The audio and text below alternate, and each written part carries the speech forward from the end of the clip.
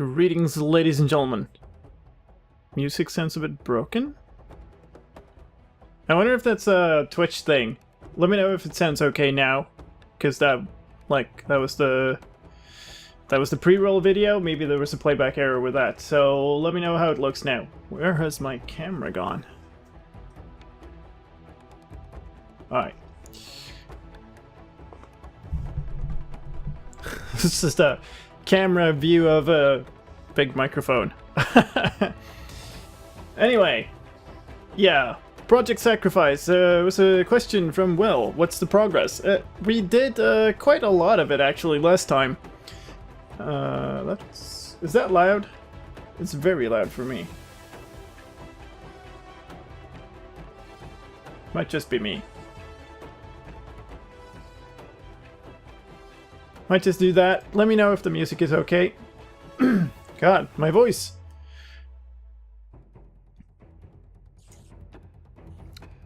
I had it on until maybe like the last minute or so, and I didn't hear anything wrong with it, so I think it might have been just okay.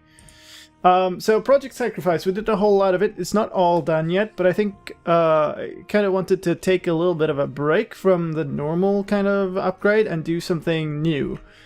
Because one of the suggestions was that we should have a seed, so you can set the seed for Project Sacrifice, which is an awesome idea, I think. But in order to do that, we can't use the built-in random, like the @r or sort equals random function. So we have to build our own random number generator. So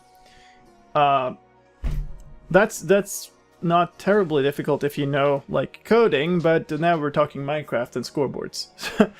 Which makes it a whole different thing. So what I started out doing is I started out making some basic math functions. So there's so what you're looking at on the left hand side there is a bunch of bits. And the resulting thing on the third line is an XOR of those bits.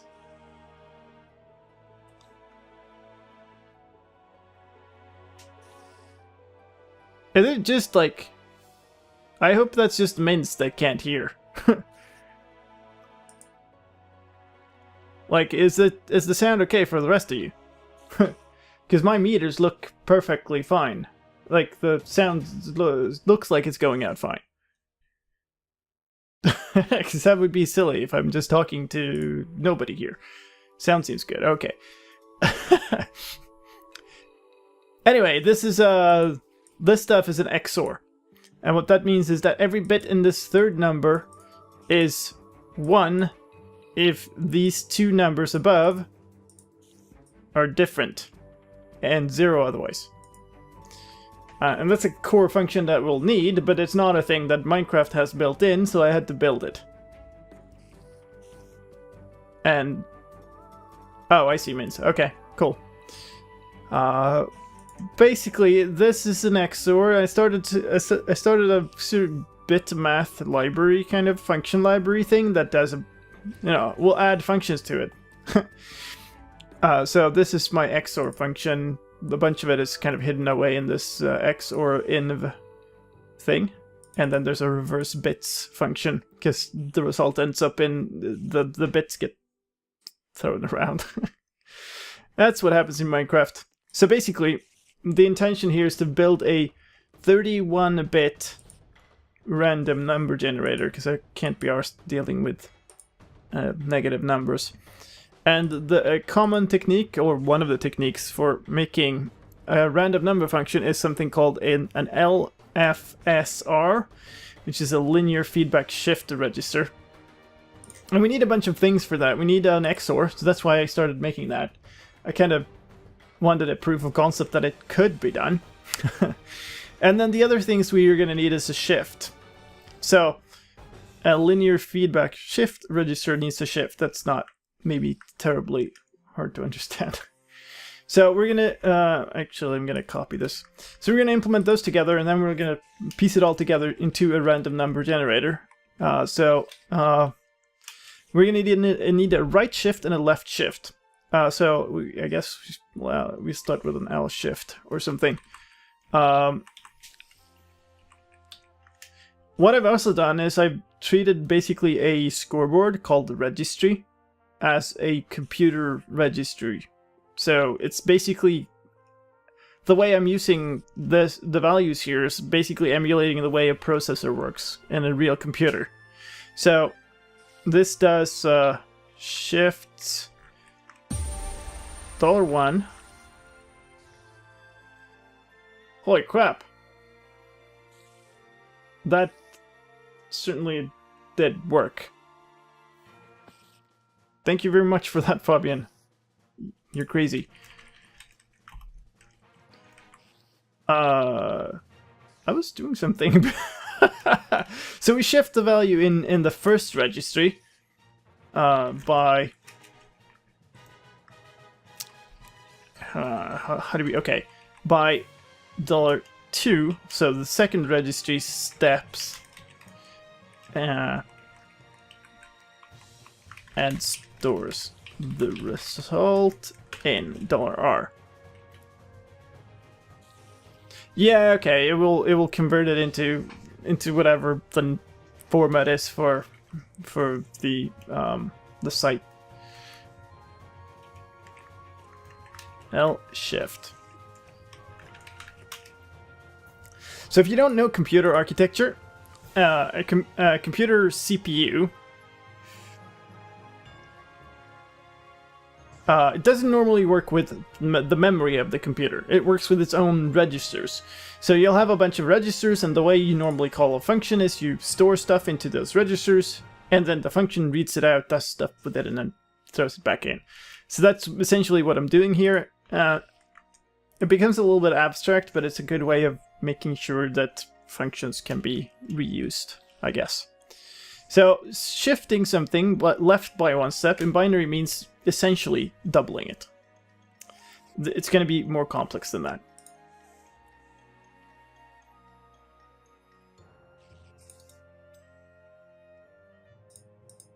Hold up a second.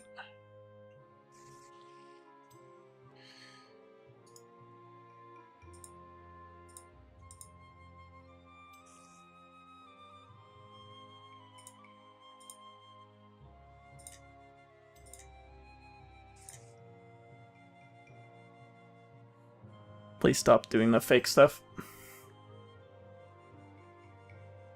That is just needless spam. Alright, anyway, left shift is essentially a multiply by 2. And that's because, like, if you multiply a number by 2, all the bits just move one step up. So we can do scoreboard players operation, which is basically, like, more than half of the lines in these functions are operations. We want $R, which is our result registry. That we want it to be $1 registry.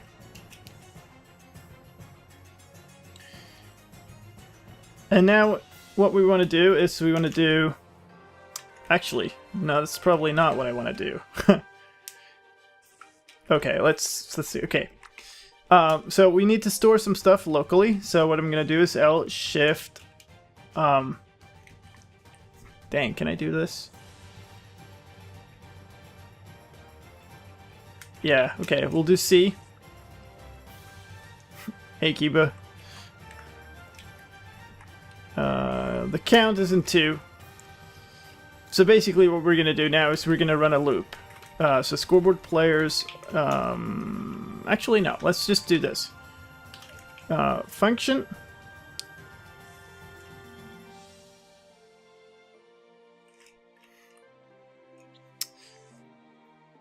Yeah, okay. Function, bitmath, which is the library name, L shift 1. So we're gonna shift the thing one step upwards. Then we're gonna do scoreboard players operation on this $L shift underscore C thing. No, we're not. We're gonna do remove 1 from that registry. So it would decrease it by 1. And now execute if score this thing. Actually, I'm gonna have to copy it back. So, scoreboard players operation $2 registry equals this thing registry. So you see we're copying values back and forth between like this $1 and 2, and that's because like of the way that I'm using this registry. So it's kind of that's why we reuse the same values to get a consistent way of calling functions, and you never have to look up kind of what the names are and stuff. I don't know if this is great or not yet. Dang spiders. So what we're gonna do here is if $2, if the score matches 0, actually let's do like 0 or less, then we're gonna run one of these scoreboard players operation $R. Well, actually, we'll have that already. We're just gonna do reset then.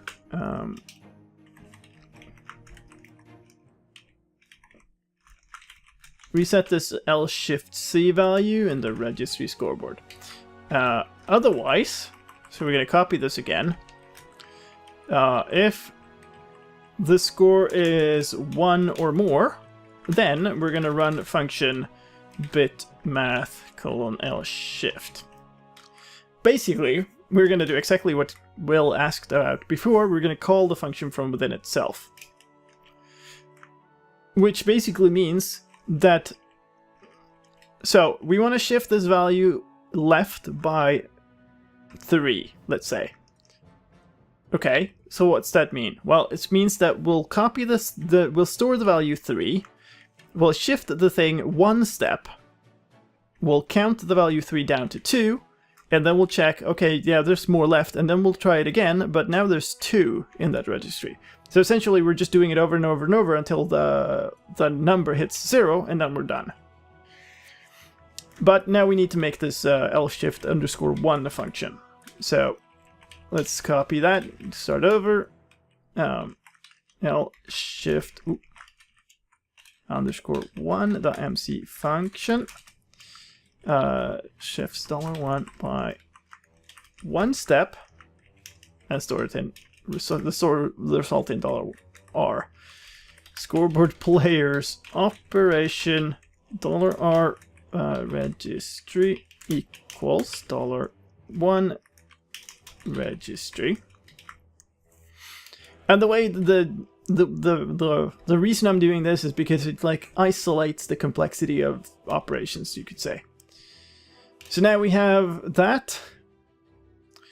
Now we need to see. Okay, so essentially what I'm doing is the scoreboard players operation $R registry times 2, right? But you can't do that because this is like a constant. So we need something like L-Shift_1 2.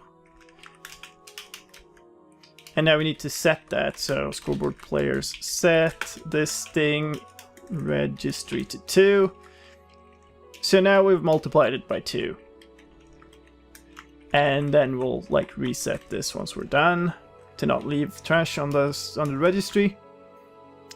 $1 is always the first parameter of a function, and $R is the return value. Correct. And then $2 is the second one, and so on. Right. So there we go. Now we have doubled the thing that came in as $1, and we've put it in $R. The problem is this isn't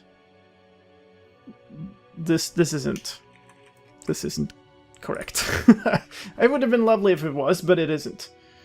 So let's go into the game view and let me display this for you. So scoreboard players operation. Let's just $R. Actually, I'll need. Okay, hold on. Let me copy that for a second and do scoreboard players set. We'll just set $2 in registry to be 2, right? Because that's what we want. We essentially want to double it. So now what I was doing is $R registry multiplied by $2 in the registry. This just doubles the value, right? So now it's what's that? 1 million, 1.5 million, and we keep doubling it, keep doubling it, keep doubling it, keep doubling it. And we expect this to just go on until something happens and it like wraps around or something. But what happens is that, which is really not good. Like, it becomes a negative value. So it wraps around negative, which is really bad, because now we've kind of lost all the information in the other bits, because they've been... So what happens is the negative value is stored in something called a 2's complement, which is a computer sciencey thing for how to store negative numbers. So we have to detect if we're gonna flip over that limit, and in that case we need to remove that first. So that's why we put this into a function of its own, because otherwise we'd have to figure out all this out, like, well, separately for every time we did this. So basically what we want is, let me figure this out. Actually, let's...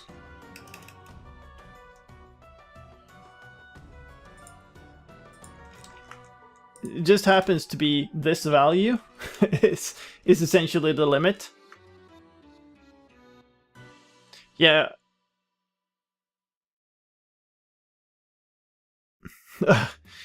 You can definitely not confuse $R in this case with @R. So basically what we're doing is, before we do any of this, we do scoreboard players set L shift 1 max registry to this. This nice little round number, which just turns out to be basically, in decimal, it's a 1 followed by 14 zeros. No, 29 zeros. The gods demand empty string. Yep. Alright, so now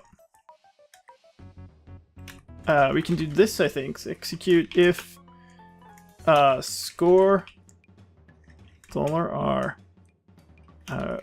registry is larger than or equal to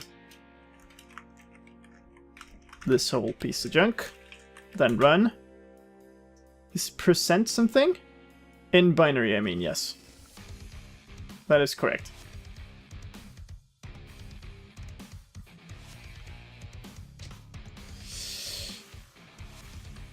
And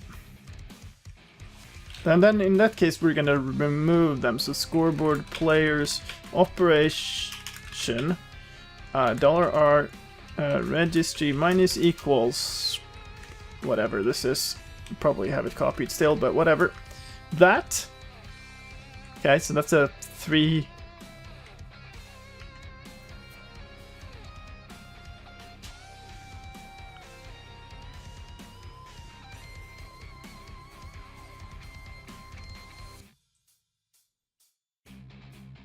Yeah. Okay, hold up. Yeah, percent. Actually, speaking of percent signs, we could probably do this with a modulo?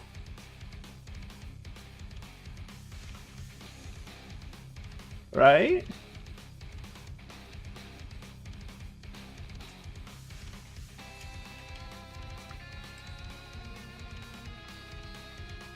Would that work?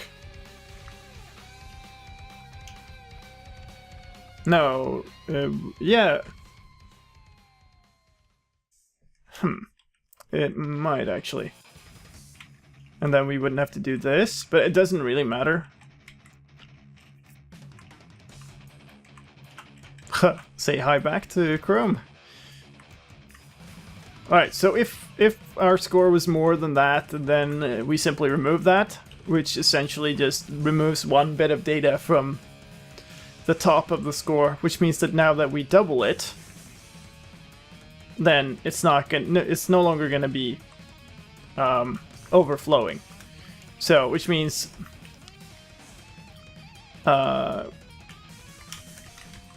doing this is essentially a safe way of doubling it that never overflows.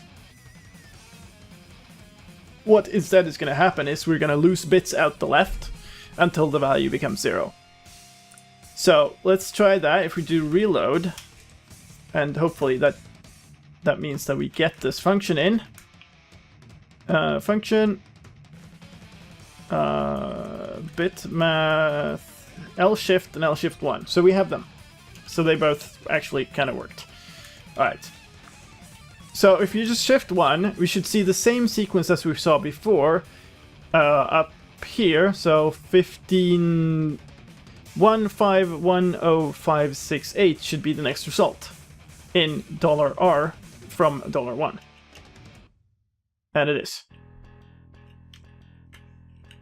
So now we do scoreboard players operation $1.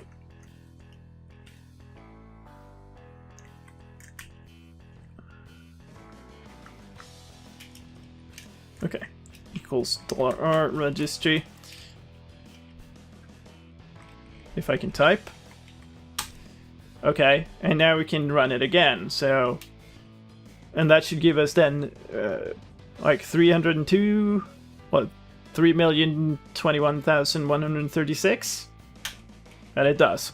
So we can keep going this way until hopefully it doesn't, like, it should go into this however many numbers this is. I mean, I have no idea. It's 1,546,000,000. Yeah, it is. 821,632. So let's just keep going until we hit that.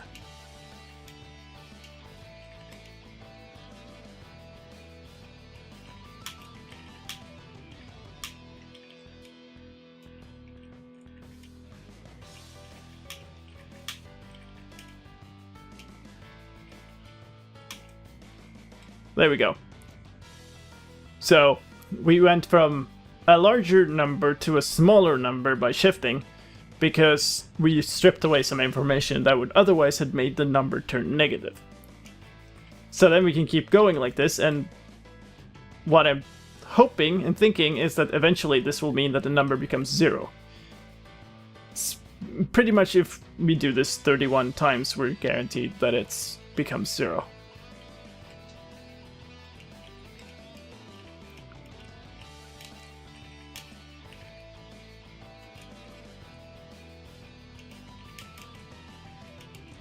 Many numbers.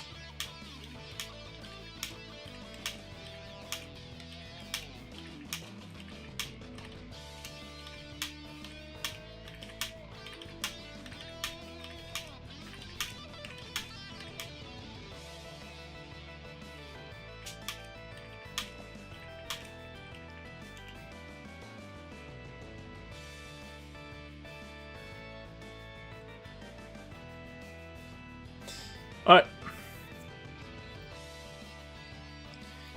So we ended up at 0, which is expected. That means we have a working left shift. Now we also need a right shift.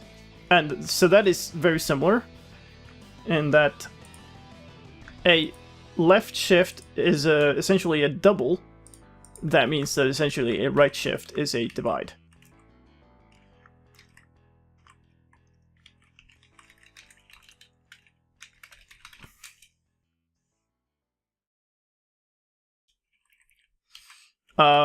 So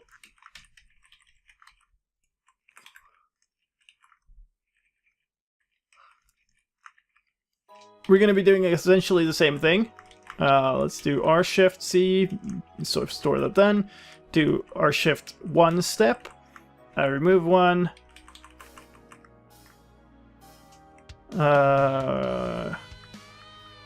Copy the value back. And if the score is that, then we run the reset. Otherwise, we run ourselves. Simple, but now we need this thing too, which is L shift 1. We need a similar R shift 1. Which hopefully should be much simpler. How do you do for loops? You don't do them necessarily like that, you do recursion. In this case we're doing tail recursion.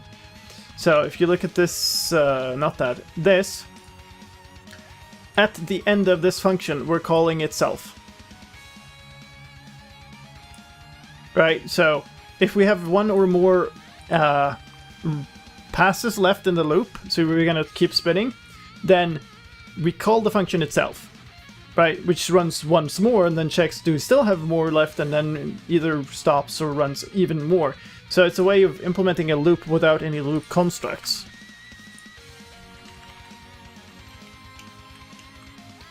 So basically this is going to turn out to be much simpler.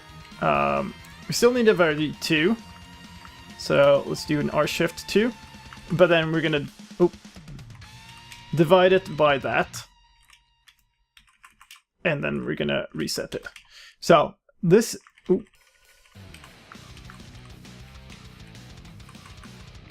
this should probably say right. Oh, I done a boo-boo. I actually did that in the left shift function. Switch them out. All right.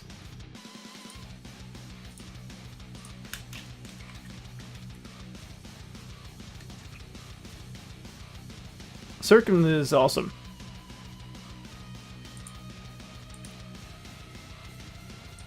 Yeah, I'm using $2 as the variable, sort of the register that keeps the number of rotations to do. Which, because that's the input to this function, I can call it again on the same place.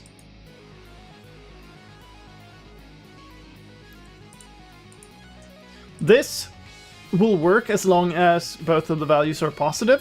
It doesn't really work if the value is negative. But since we're only doing this for positive values, then we're just gonna ignore that.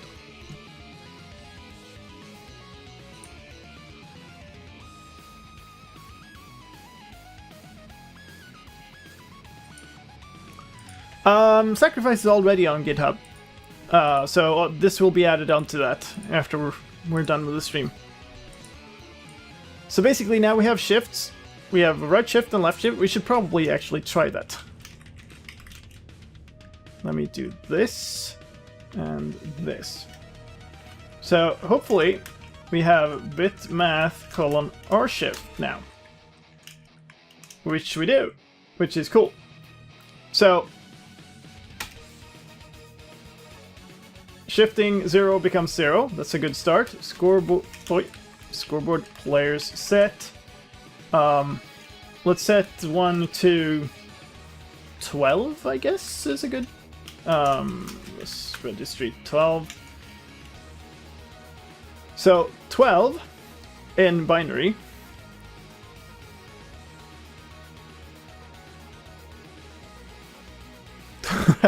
Incomprehensible. Yeah, it's not easy. So 12 in binary is 1100. So that's 8 plus 4 plus not 2 plus not 1. Is essentially how binary works. So this is 8 plus 2. No, 8 plus 4. And if we shift all of this down 1, then what we expect to happen is this 0 goes out the right side. Which means that we end up with this, which is 4 plus 2, so she gets 6, right? And that makes sense because we were dividing by 2. So if we run R shift, we should get 6 in R, or we've done something wrong. We got 6 in the R. So that's awesome, and then we can redo this. So now we had 110, we expect to get 11, which is 3. And we do. And then we have 1, 1. One of the ones will disappear, so now we expect to just get 1. which I hope you figure out what that is in decimal. Right, so we got one. So we have a working R shift, we have a working left shift, and that just means that we need to implement a shift register, which is, yeah. You round down, yes. It's, yeah, what happens is it just throws out the bits. Alright, so let's open a thing here, because now this is gonna get interesting. That's what I want. I'm gonna copy a little bit of the description. I'm trying to have this header in every file so you kind of know what it is.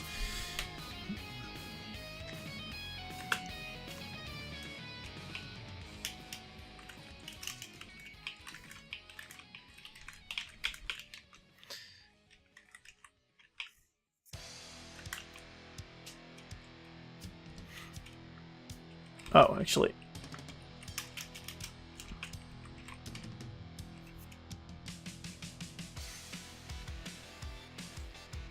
Whenever you delete a 1, you have to round. But yeah, it essentially, that's what ends up happening. Like you round down if you would describe it in math terms, but if you, like... It's not actually doing any work. It just gets rounded down by the very fact that you throw away the info. If you were dealing with negative numbers, this would be more complex. Alright, so basically what we need... Okay, so we have in $1, we have a number. What we want to do, and this is...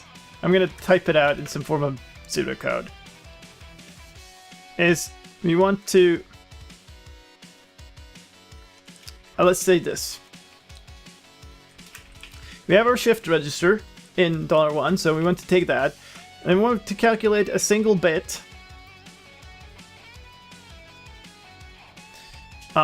Which is going to be that... okay, how do I write this? Okay, we want to shift... right shift...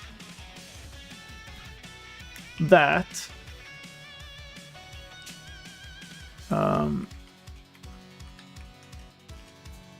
I don't know how to write this in a good way. I guess we can do this. So we have a value 1, that's just a copy of the thing. Then we have a value 2, that's a right shift of the value by 2.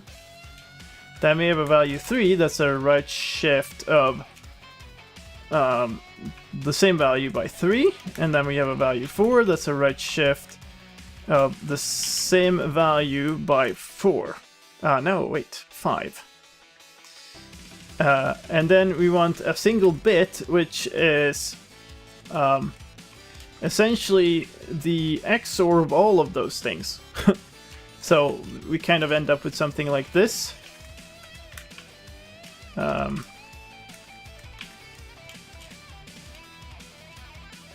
There's a syntax error on line 7.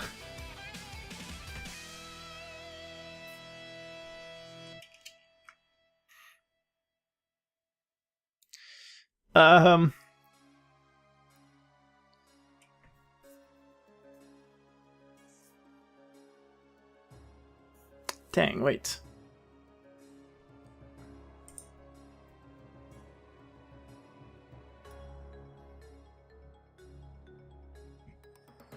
This will be fine. So what does a linear feedback shift register do? Okay, so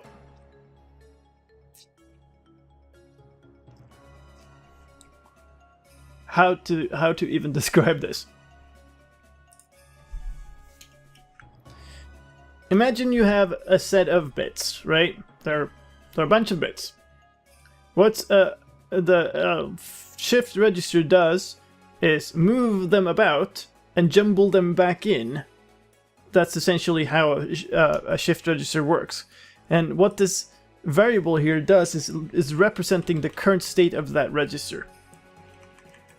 It's not a function file. This is a description of what we are going to do in functions. Because if you don't describe it on a higher level first, this is just going to be garbage. Like, it's going to be completely unreadable.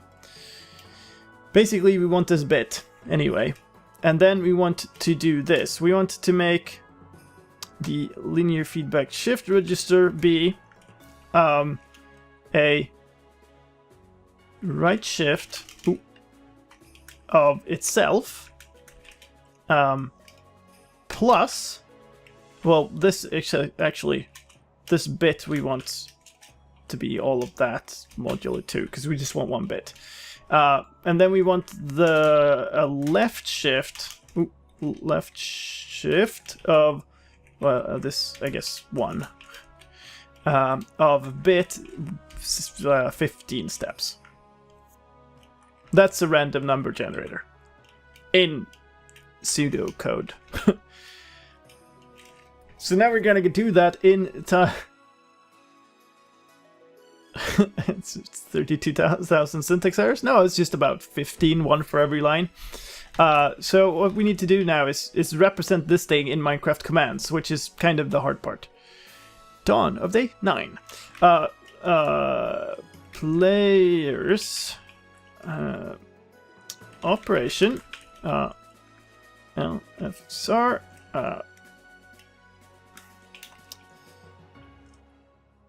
so we're gonna take that from $1 and we need registry in here.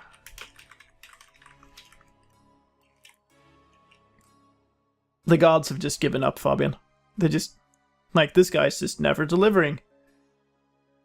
Who cares about this guy anymore?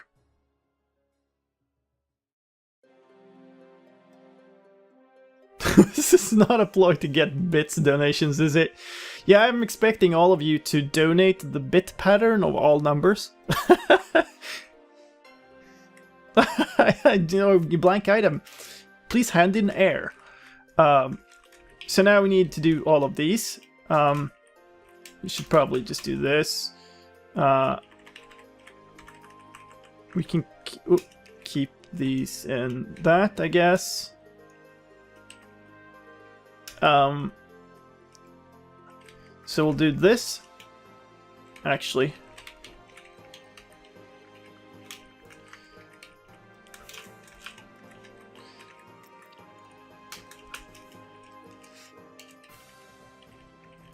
So let's copy this. V2 is going to be LFSRV. And this needs to be right shifted by 2 steps. So that's going to mean scoreboard players set. Actually, we don't need this at all. I just realized. We need to set 2 in registry to 2. And then function bitmath right shift. So what this means is we're right shifting the value that's currently in $1, which is the input, which is the same as this, with 2 steps. And now it ends up in $R. So now we do scoreboard players operation $v2 registry equals $R registry. So now we calculated one of those values. Thank you very much for those bits, Fabian. Beep boop. And then we need to do the same for these. So now we need to calculate a 3, and actually I'm going to name this a 5 because it just makes more sense.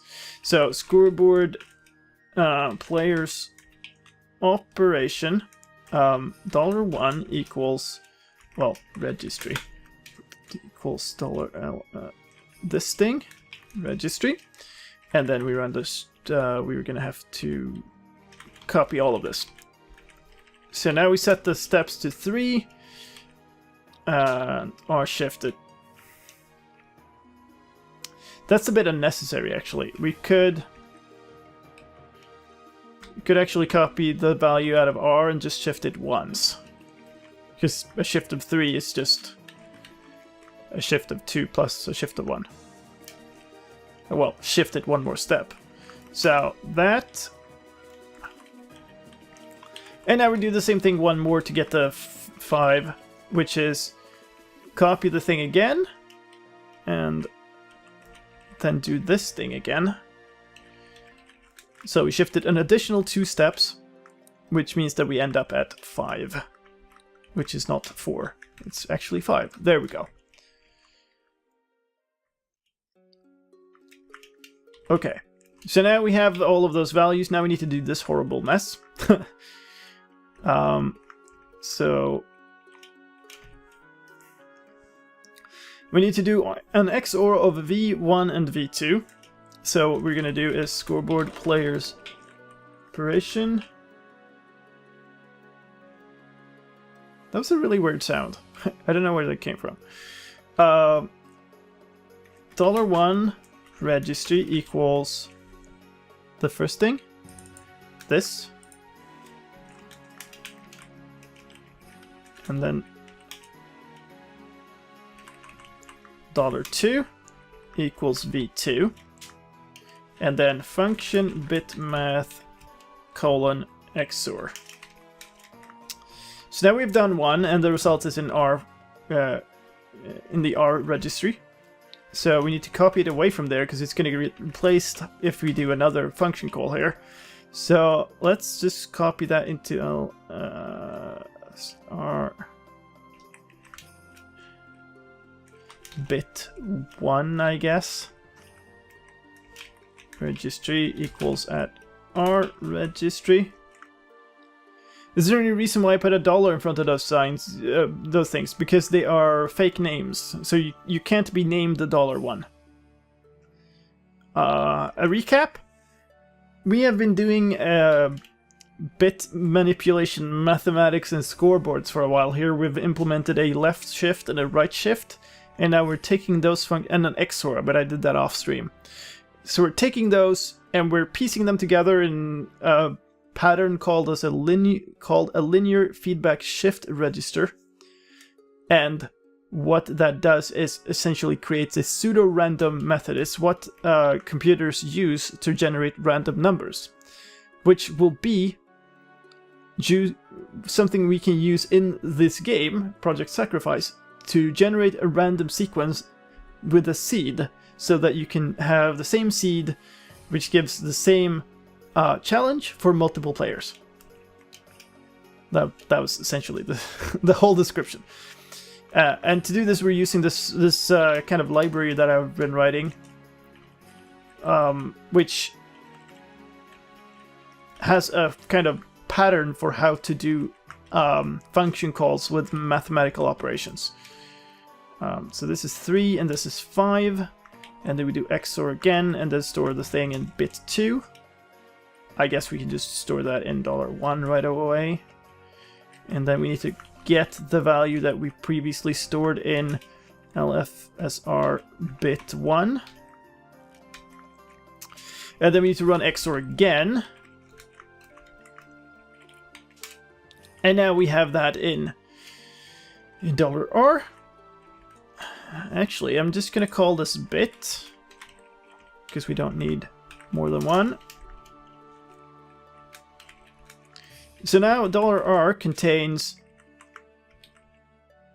the value we are after, but it contains more things than just one bit, so we kind of want a single bit from that. If I use I can use a random selector. So I could have done, this whole thing could have been very simple. I could have done this, or I could have done at sort equals random, limit equals 1. The problem is this is a random driven by the game. It gets a different result every time and you can't predict it, which means that you can't seed it, which means that you will never get the same result on two different players, which means that you can't compete in the game because you don't get the same challenges. Besides, the random number generator is really cool and really useful to keep around and reuse, but just for the sake of doing lots of complicated math stuff in scoreboards. So now we need to do that, and then we need to modulo this thing with 2, which we have We don't have it anywhere, but we can blast that into $2 and then just use that. So now we have a single bit inside of this LFSR bit, which is yeah, this is the one bit that we needed. So all of this thing just calculated a single bit. Hey, Mickey. Hey, Jock. I read that as I didn't know you were alive. And it was like, yeah, I was kind of ill yesterday, but not that ill. Alright, so now we need to do this part, which is like, we're getting there, because we have these operations, so, yeah. By the way, if you aren't getting notifications, I post videos on YouTube every time I'm about to go live, and the Twitch can notify you. So you can either switch on the little bell thing on YouTube, or you can switch on the notification thing on Twitch. I am alive too. It feels pretty good. I'm liking it. All right, so what we need to do is we need to right shift LFSR by 1, which means that we put it into $1 and just run that method on it. So that equals LFSR V registry. And then we do function bitmath colon R shift1.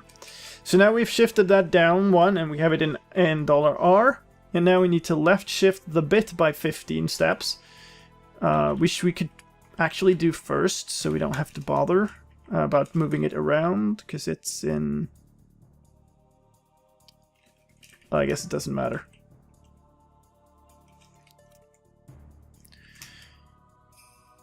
Scoreboard operation. So we copy this thing back into the variable after making the function call, so we get it back out of $R into the variable we had it. How many times will I repeat this process? Once per random number. The point of a pseudo-random number generation is it does an operation to the thing, and it completely jumbles the number. So if I've done this right, we'll see it pretty soon, where the number will completely change every time I run this. If I haven't done it right, it'll be sad. So, okay, we've stored that. And now we need to do scoreboard players operation $1 registry, if I can spell, equals $LFSR bit registry. And then scoreboard players set $2 registry to 15. So we want to run a left shift of 15 on this thing. And now we have those two values in our registers, so we can just run L shift, which means it's now in $R. And now we just want to do a plus on those. So scoreboard players operation $R registry plus equals $LFSR V registry. Whew.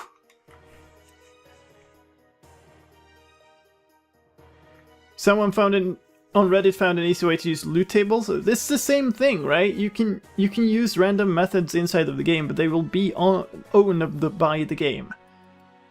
The 1-bit registry? Yep. Thank you, Fabian.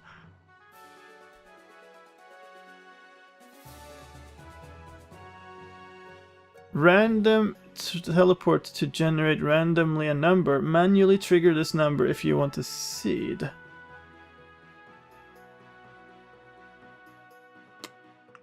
I don't see how that would work. I mean, we need a sequence of random numbers that are the same. Right? Okay.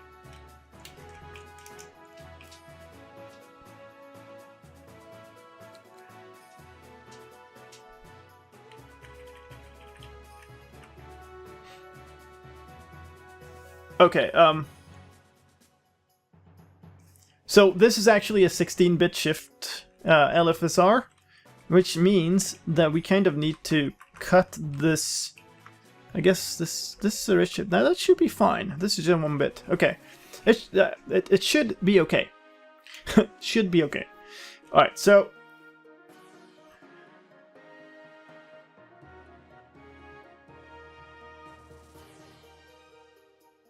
yeah, okay. Maybe it won't be, actually. Maybe we need to cap. Maybe extra that.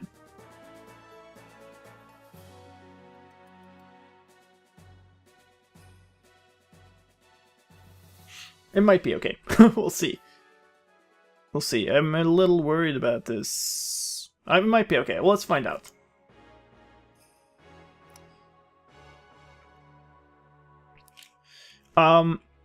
So basically at this point we just need to clean up because we have done all that we should. The result of this ended up in $R after this operation. That's the final little plus here that we've done. This done. So we've done the shift, we've done this shift. But we've left a whole bunch. So what we got was one variable in $1, but we've used $2 and we've used this V2 and V3 and stuff. So there's tons of these variables that we don't want to leave around. So we're just going to reset them.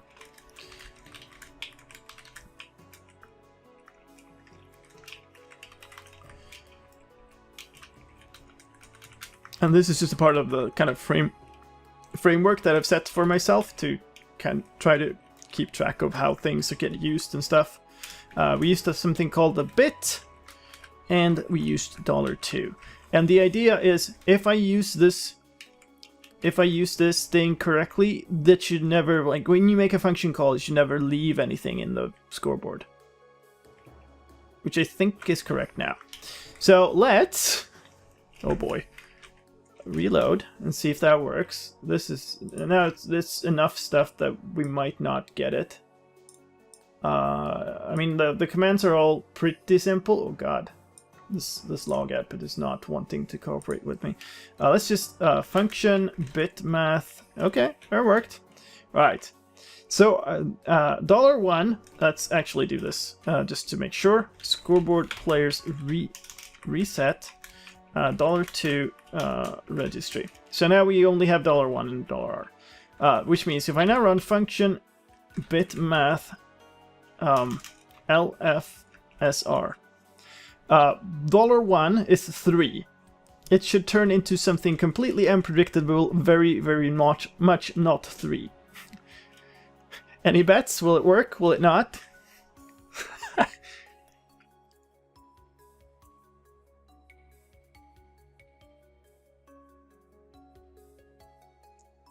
Yeah, okay, yes. It is, it's a syntax highlighter scheme for Notepad++ from Reddit, and I don't actually have the link. I had to modify a couple of things in it. Alright, so let's run it. It turned into 1, that's not great. Alright, and then it turns into 0, which is definitely not great, because now we'll be stuck from 0 forever. Okay, so something is not right. Good times.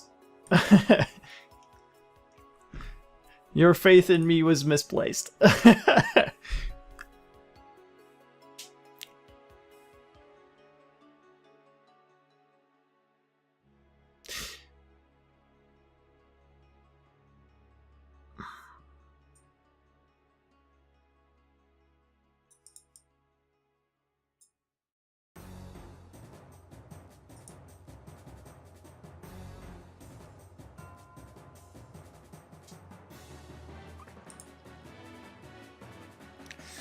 Why did that not...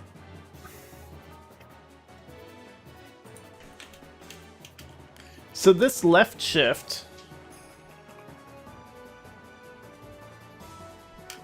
I guess what we can do is we can do this. We can just remove all of these cleanup things and see what all of the components ended up with. But I mean, I guess you can see in game here the kind of things we compose into this. We ran 392 commands to get one cycle of this thing through. So, alright, did I reload? I think I reloaded. Let's reload again. Scoreboard players set $1 to in registry to 3. So this is what we started with. So let's run it again. I guess we lose a bunch of the stings. So the bit became 0.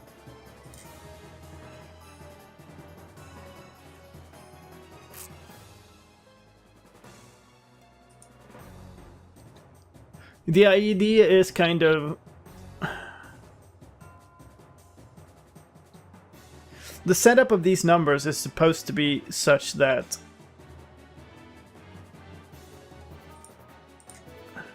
Are we doing shifts in the right order here and stuff?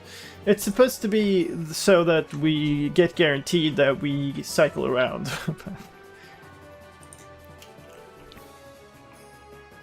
Alright, so we are shift this thing by 2.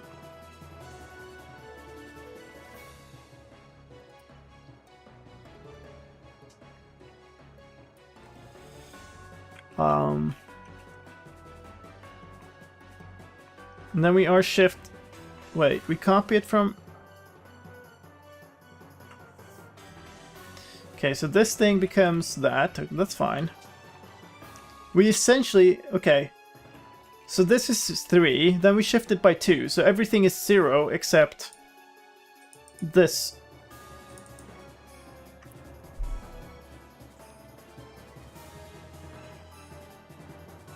$1 gets changed. Whenever you call into a function, you can never count on the register saying the same. That's part of the sort of machine setup here. Have I relied on that anywhere? I don't think so. Wait. 2? Yeah, so we copy it. We copy it into this, then we copy it into... Well, we run this R shift on it with 2 in this... Which is supposed to shift us 2 steps to the right. I guess, did I might not, I didn't test. I didn't test this, okay, so let's, scoreboard players set $1 registry to 12. This is what we were testing before. And then set $2 to 2 steps, and then function bitmath : R shift. This is supposed to become 3. It becomes 6. That is a problem. It just ran 1 rather than 2. So that does explain a whole bunch.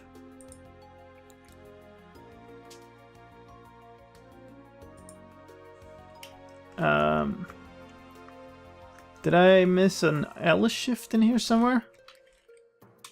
No.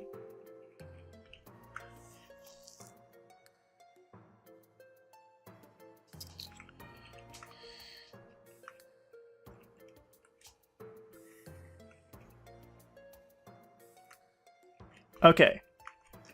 We copy the value out of $2 into the count variable.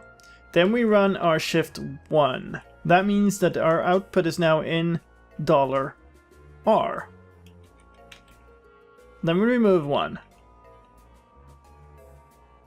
And copy. We never... Okay, we need to copy it back. So basically...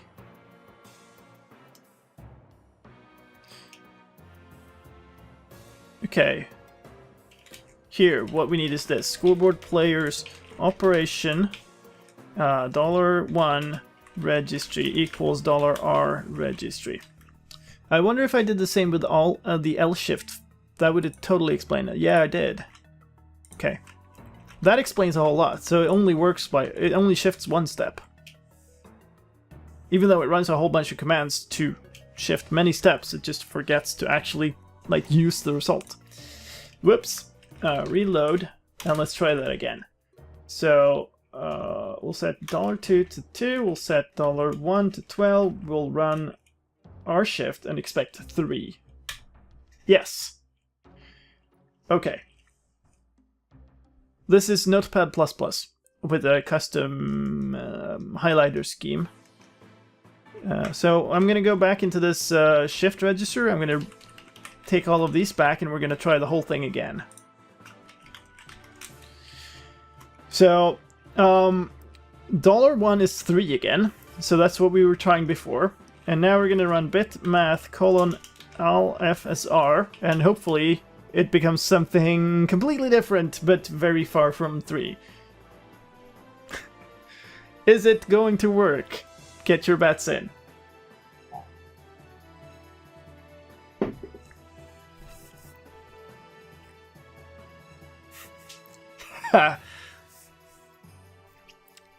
First vote is in for no.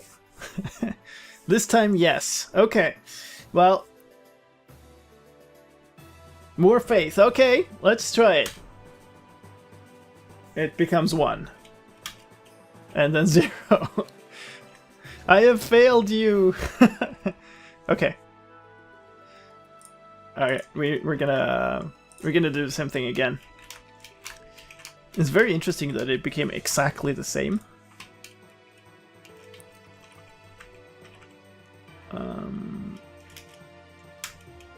Actually, yeah, it was that. Okay, so let's run again.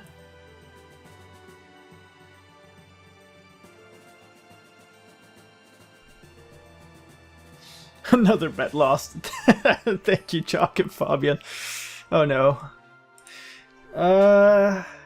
What now?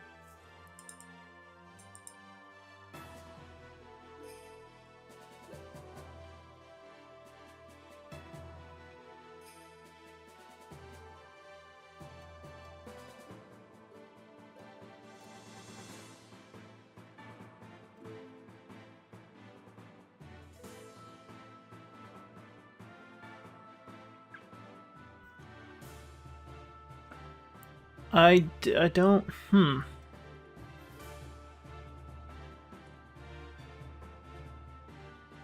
I don't see how bit manages to become 0.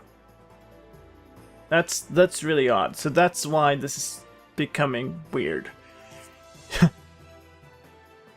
Yeah, bit is 0. That's the error. That's we obviously need more bits on the stream. I should not be reusing $1 anywhere. Or, well, rather I am, but I'm copying values back into it all the time. Like this. So I'm pretty sure.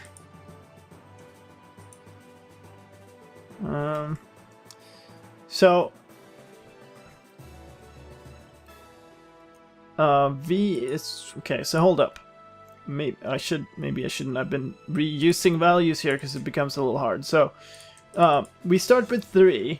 That means that this is 3. This becomes a shift down of 3, which is 0. So all of these are 0, except this one, which is 3. Then we take those and we're supposed to XOR them together, which gives us 3.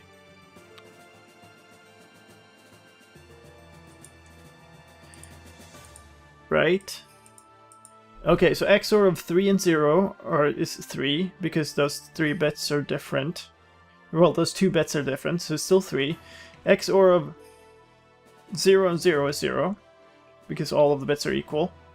The nose to XOR becomes 3 again, and then we... wait. We copy it back, and then we modulo that. So it should be 1. This bit should be 1.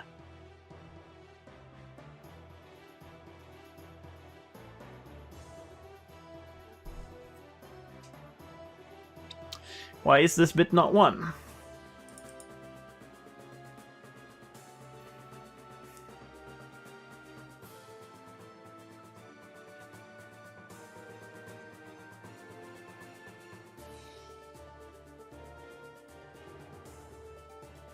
Oh, look at this. this? Is this right? This can't be right. Yeah, we're setting up the call, so we need different variables to be... Okay, so we're over it. That's why. That's at least one error. Okay. Alright. I tested XOR pretty extensively, so I don't actually think that's a problem, but alright, let's go. Let's go. Still messed up. I didn't even want to try it that time. Dang it. So the problem is bit. Bit is wrong, like, because we're using it here, and where we're using it's supposed to be 1, but it's not. And then that 1 is supposed to be shifted up by 15, which means it's supposed to be a huge number, but it's not that either. So this is definitely wrong. So we're gonna copy this value before we so we're gonna do this. We're gonna copy it out of bit before we do this. Before we strip everything except one bit, so we get the full value, so we can see what the heck's going on here. So we're gonna set it to 3 again, run the function again, and the debug value is 0.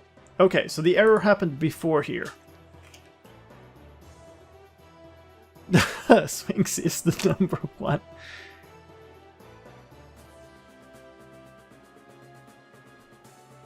I guess it could be an XOR problem.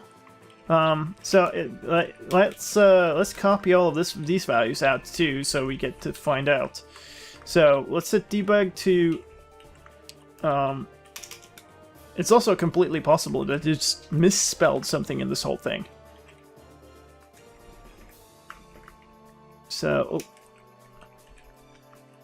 if we just do this for all of them, then we should find out which ones are wrong. So 3 and 5, just the ones I've used below, yeah. Okay, so let's do that again. Load. Set the input to 3, run the function. They're all 0. How can they all be 0? No, debug is 3, so that's correct. You might be onto something here, so the XOR is becoming wrong. Actually, we're running 2 XORs. So, yeah. Okay, so I'm gonna take $R here, and we're gonna copy it into debug XOR, so we figured that one out too. Whoops. Oh, I guess I needed that too. Debug XOR is 0. This is incorrect. So there is a problem with XOR. You are absolutely right.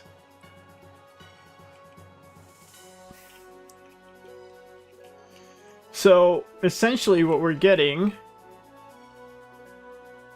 This is debug... So the XOR of 3 and 0 becomes 0. Okay, let's try that out. Scoreboard players set. $, please. $1, registry to 3. And $2, registry to 0. And then function is not failed. Bitmath XOR. Yeah. So $R became 0.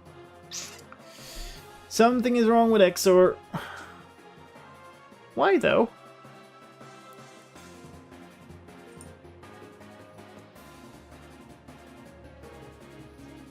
Where even is that? Here it is. This is what XOR does.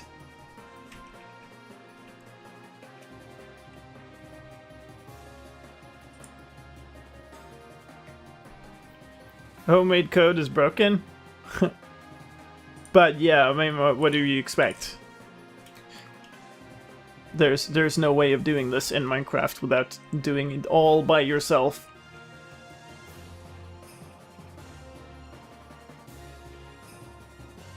I kind of don't need to do these anymore because we've assumed that they're Let's just do these one by one. Scoreboard. Flyers operation $XOR underscore in1 registry equals $1 registry. And then the same for in2. So now we have those. And then we're gonna copy one thing back. This is kind of pointless. Registry equals XOR in1 registry. So that becomes 1.3 again, but it already was, so that's fine. Function bitmath colon abs.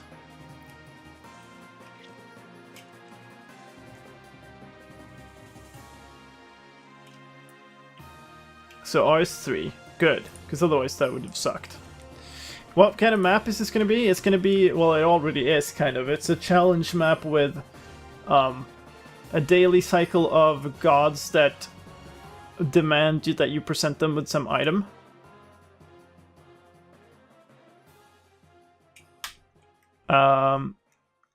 So we did that. So abs seems to be working. I guess we should run it on this. Come on, please. There. In 2. Okay, so that's correct. This is what we're running it on. And then run abs. That becomes 0, otherwise it would have been bad. And then we store that in XOR in 2. I'm just copying these lines out of the function file one by one to see what happens.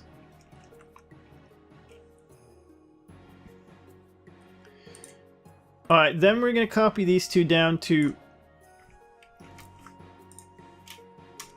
Now the weird thing is that I tested XOR on really complex numbers up front, and I got exactly the expected numbers, which is really weird for it to not work on 3. Alright, so now there are those again, and then we run function x bit... Oh, come on, I can't spell. Bitmath XOR... What? That function doesn't exist. It's called detail. Okay. That's... How did this... I must have done something after this worked. Well, that explains why that doesn't work.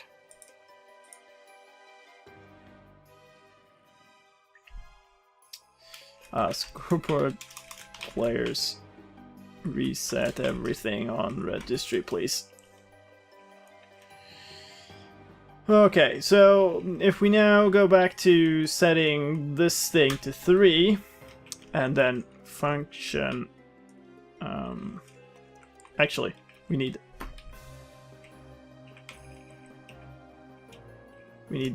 a 0 too. And now slash function bitmath XOR. It still doesn't work. No. Okay. I should probably have been reading my actual error messages here, I'm pretty sure. Because there are a lot of those.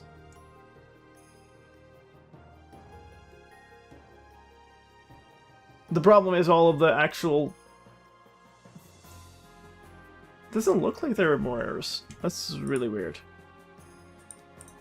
Okay, so function bit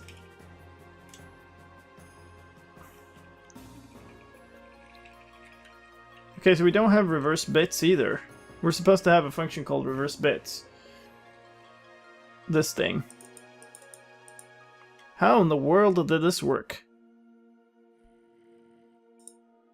Alright, I don't know. Let's just make this reverse bits thing. I can show you this XOR in thing too.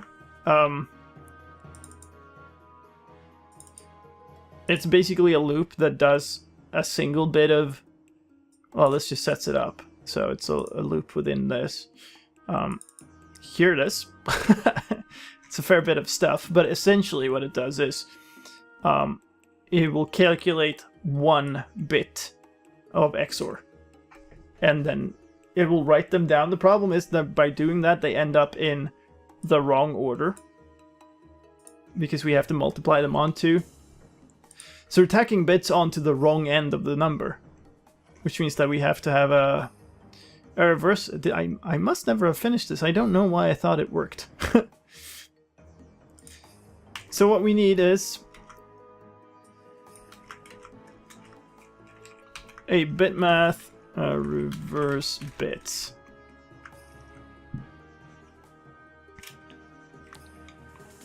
Which verse the bit order of $2 bits of $1. This is for random numbers. Yes, that's correct. It's a custom random number generator inside of Minecraft, which means that you can give it a seed.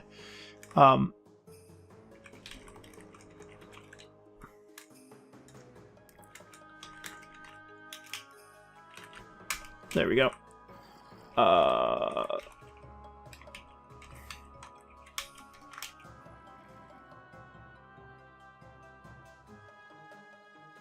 Yeah, I've seen that, Fabian. That's a good one. So what this essentially needs to do is just loop through the entire thing, grab one bit, and then store it onto the end instead. Or like basically take one bit off of the end, put it on, and like multiply it up.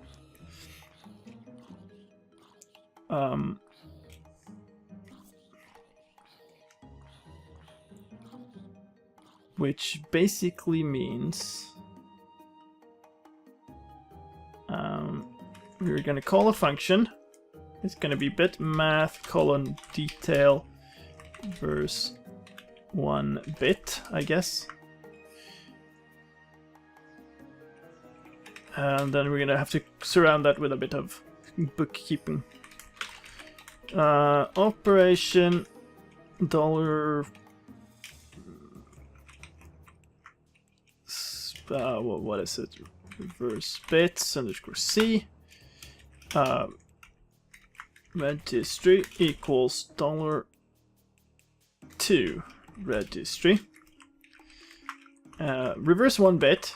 Then we're gonna remove 1 from this.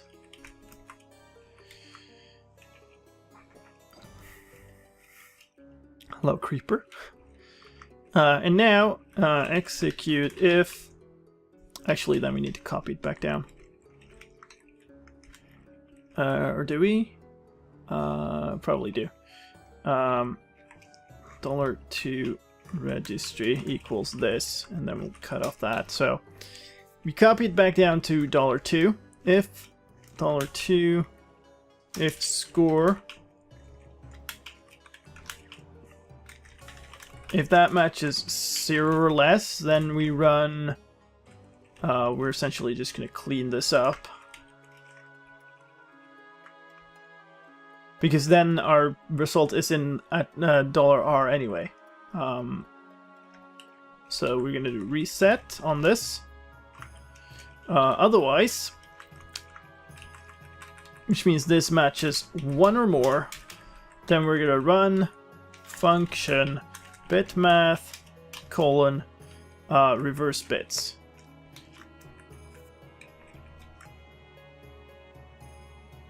This will not work.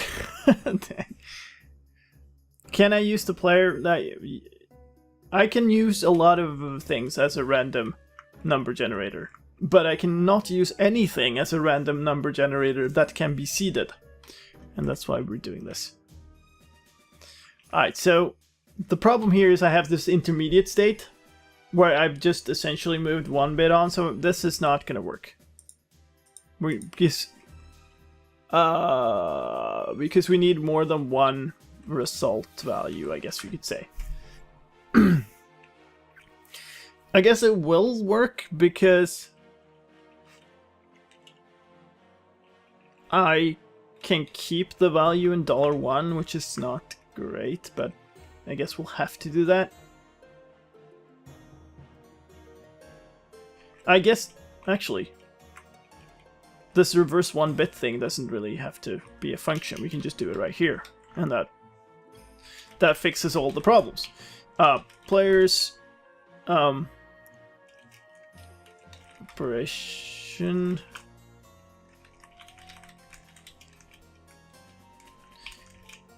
So we're gonna take one bit out of this thing. So we're gonna copy that. Scoreboard players set $2 registry to 2. I guess some of this is kind of pointless now, but let's roll with it, I guess. Whatever. Do I wanna fix it? Do I wanna fix it? I don't think it makes that much of a difference. So scoreboard players operation dollar reverse bit registry is gonna be moduloed by 2, which is now in $2. So now what we have is 1 bit of the number. The lowest bit. Yes.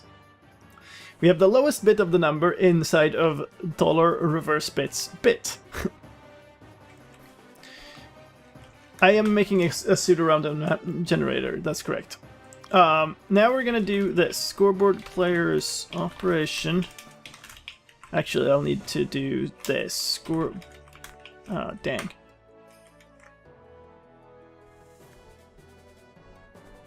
I need a bit of setup here, which is a problem because I'm calling this function by myself.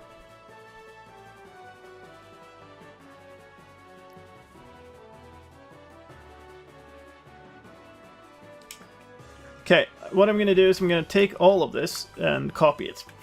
And then we're going to put that in a new function. And that we're going to put inside of the detail folder, where I basically stash stuff that shouldn't be called from the outside.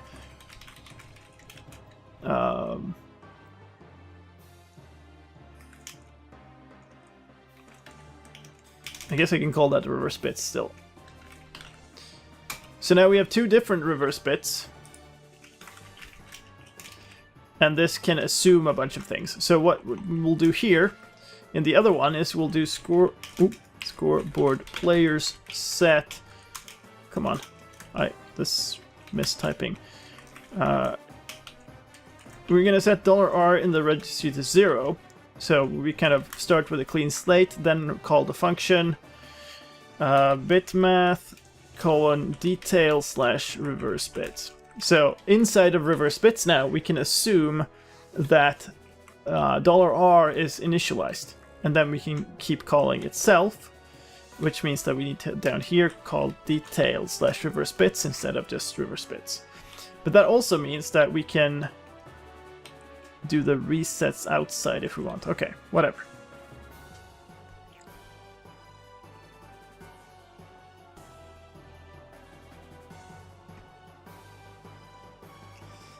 So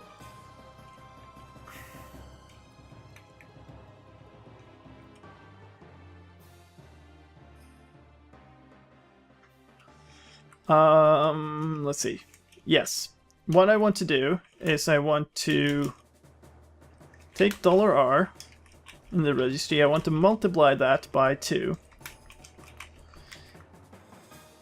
So now we've taken all the bits in $R and we've moved them up by 1 step. That's actually a shift. We should probably shift that, I guess. Whatever. This works.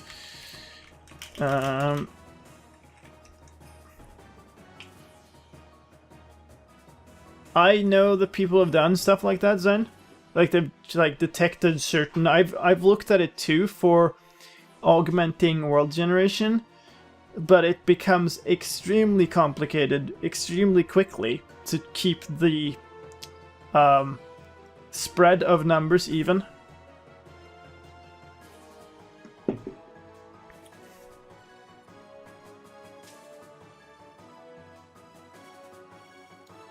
Actually, we could maybe not in 1.13, but in 1.14, I'm pretty sure that we could possibly get the seed somehow. And seed this generator with the seed of the level. It's possible. So, scoreboard players operation $R registry plus equals this the reverse bits bit thing that we had registry. So now we've taken all of the bits in the result, move that up. We would take a piece of it, Mookie. You move that up and then tack on the bit on the end. And then what we need to do is also take one bit of the input and just shift all of that down. So that should be okay. Should have been using the shift things here, but I think this will be okay. The problem is if I do that, then I'll have to do a whole bunch of bookkeeping.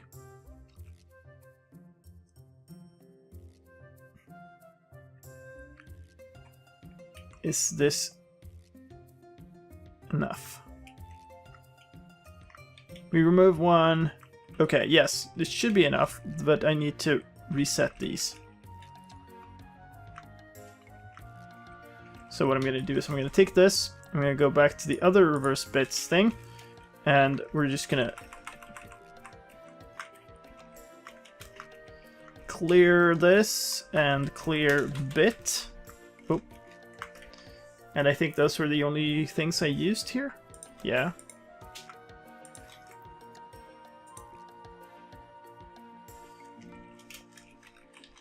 Seems incredibly unlikely that I've done this right.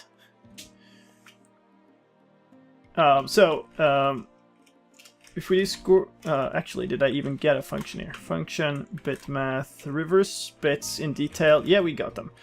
Cool. So what I'm gonna do is I'm gonna do scoreboard players set $1 to 1. What in the registry, and $2 is the number of bits that we should reverse, and we're gonna set that to 16. And then, so 1 is obviously 0 followed by, like, 15 zeros followed by 1 in binary. And now, we're gonna run bitmath colon reverse bits on this thing. This should result in a 1 followed by 15 zeros.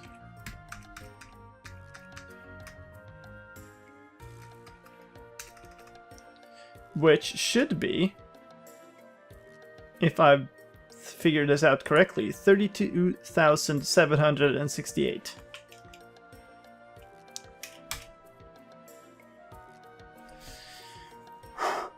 Okay. Right, so with that done, if I set the registry to 3, or what, the input to 3, what happens if I run function bitmath lfsr on this thing? What do you think, ladies and gentlemen of the chat? Will it work now or will it not work now?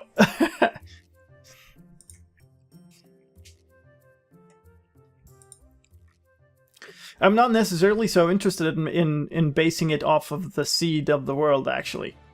I'm mostly interested in making sure that you can input and get the same result. I'm actually even fine if we run the same seed all the time, even like as a default. Nope, nope, nope, and nope, with faith, and I still believe in you. Okay. It does not work. Which would, I guess, mean that XOR still doesn't work.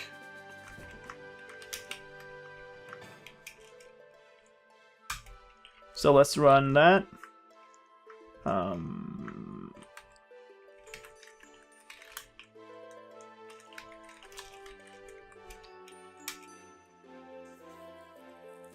Yeah, so that doesn't work.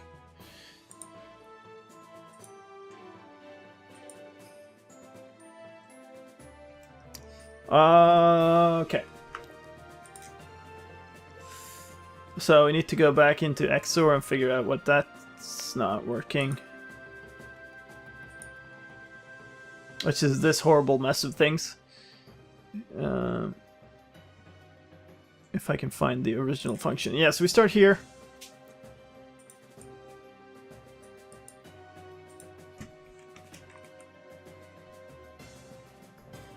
Which means that if we set them again, 2 to 0 and $1 3, and then we run the internal function because that should be the same thing.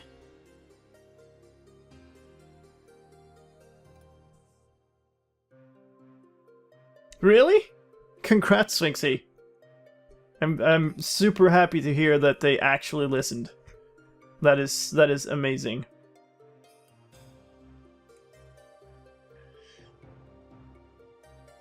That's awesome. It sucks that you had to go to that length and try to get them. I saw all of your tweets at them and stuff, but like I'm really happy it actually like paid out in the end. All right, we need this thing. We're gonna run that. That ran 3 commands. That is not good. It's probably missing a detail thing here, isn't it? That's not what I wanted. This is gonna run this? Like this? Or is this not even... Does that not even work? Yeah, okay, so that doesn't exist. That's this thing. So this... Is there an error in this? It is in the detail part, so that...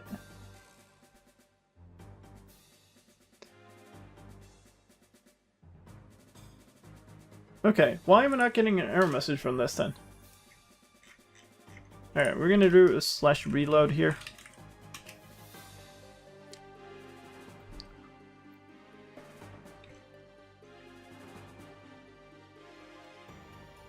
Alter.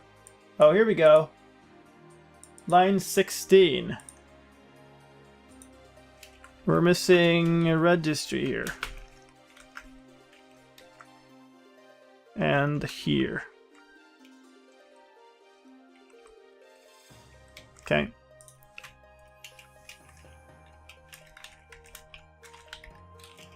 Okay, now we have the loop. Alright, we have the values in. Can we get an XOR to work? Because that would be kind of nice. Without the detail.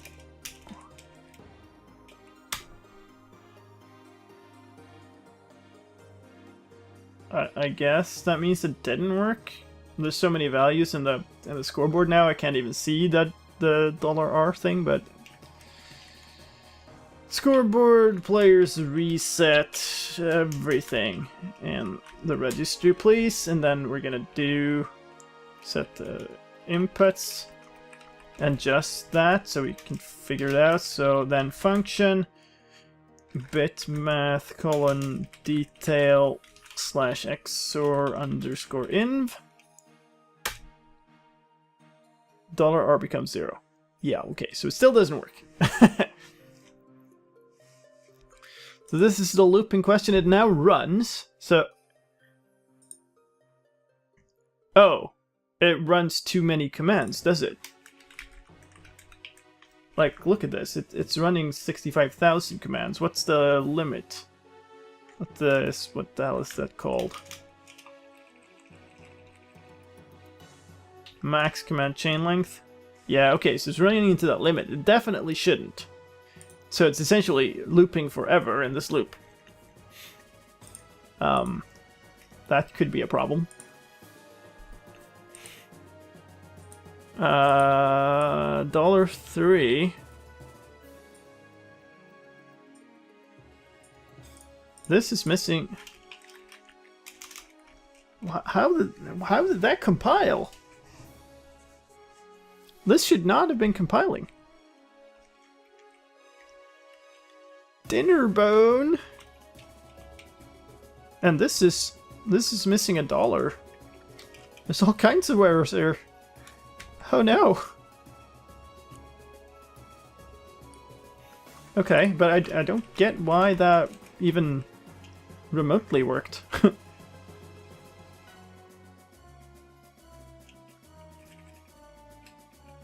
Okay, setting them again, running it again, and R becomes something incredibly large.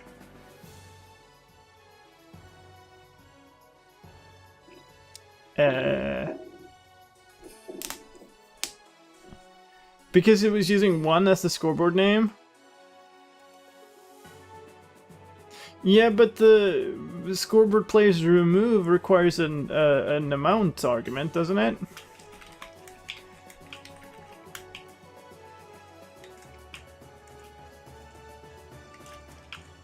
It needs a score, so like it shouldn't have worked anyway.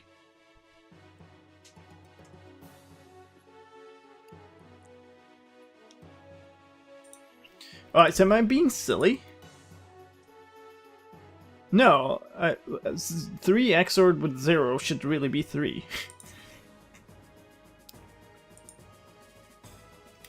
Oh, no. Because this is inverted. The bit order is backwards.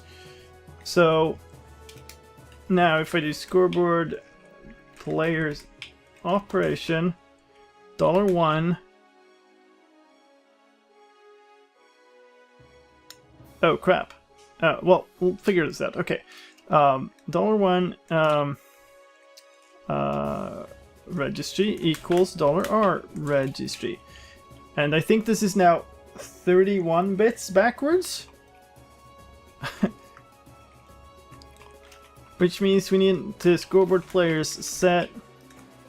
Actually, I just want to type that into my calculator thing and just verify what the bit pattern is. 1610612736. Yeah. So that in binary, if I can copy that, is actually this. So it is actually correct, it's just backwards. And now we need to switch that around. So scoreboard players set $2 registry to 31, I think. And then on that we need to function bit math reverse bits. There you go. So actually now we have scoreboard players set $1 to registry to 3 and $2 registry to 0, and then run function bit math colon XOR.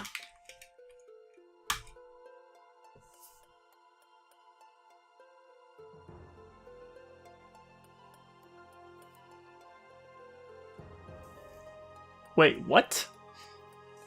Oh, because I know. So, if we go back to this view, once I can find XOR.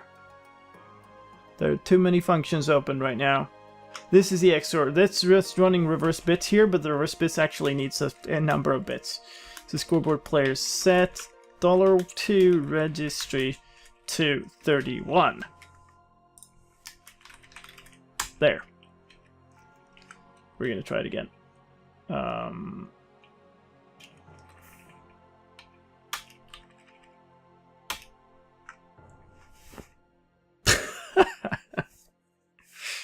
$1,220 commands to calculate the XOR of 3 and 0. Good times. That means that we are once again ready to test our shift register, which I'm gonna do actually by, I'm gonna go back into this function. Don't have to do it on screen, but I'm gonna comment, remove the uncommenting of things so that we get rid of variables here. I'm just gonna do cleanup stuff. I'm missing one piece in the cleanup of another thing.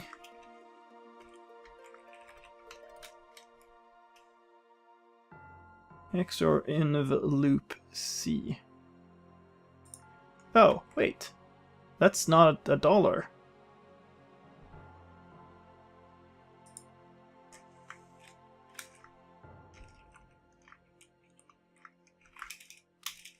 Oh, maybe it's because I had it without $1 before. So we're just gonna do reset on that. Okay. Will it work is the big question. Actually, I should just need one. So reset. There. And then reload. So now, will it work? I fixed XOR, so we know that works now. Will this generate a 16-bit random number?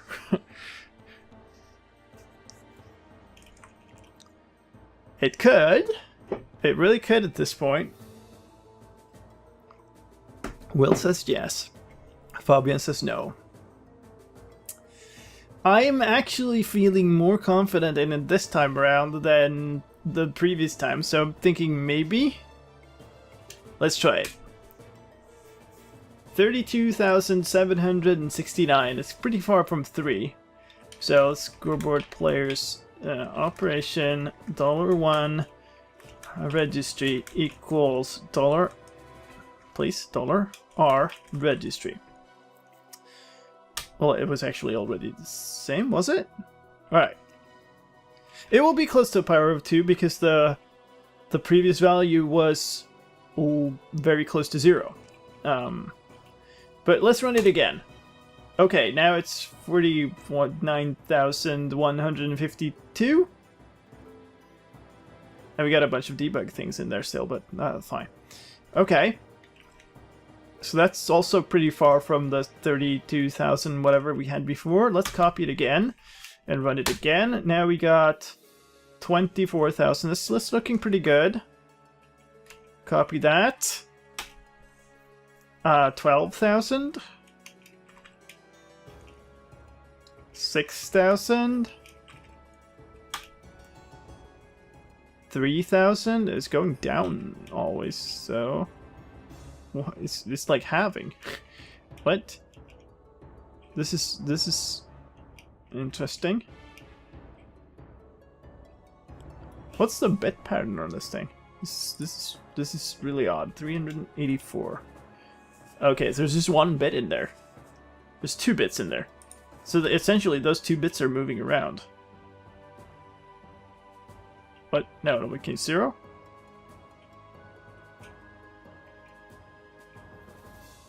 Oh, was it because I ran it twice in a row, that's why.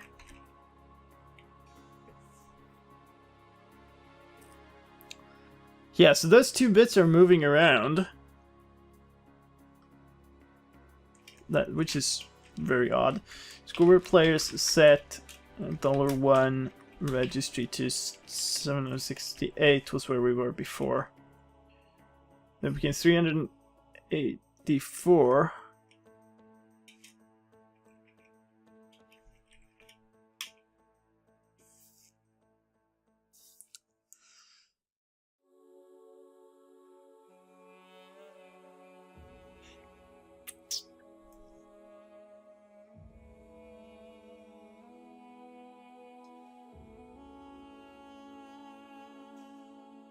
That became 192.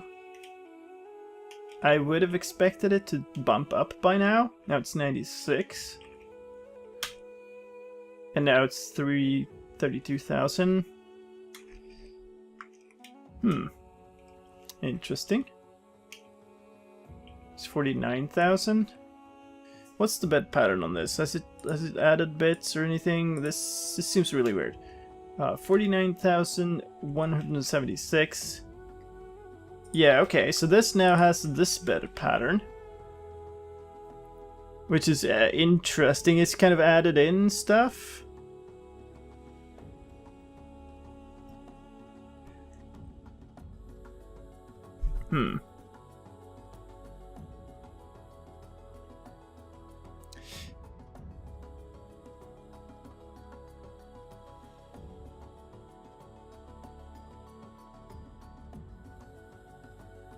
Yeah, we might want to...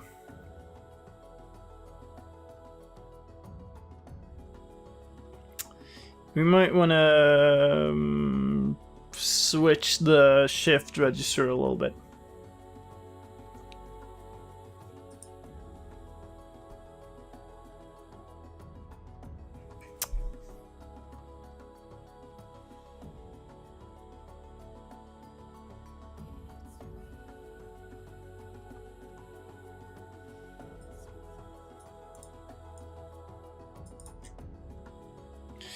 Hmm.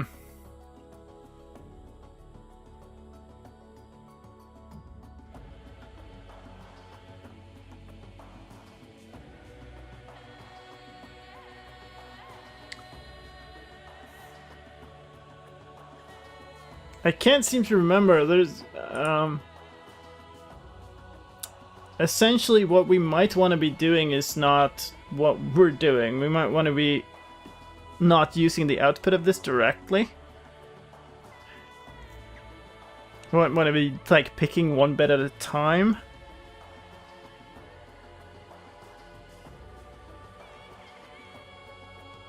Hmm.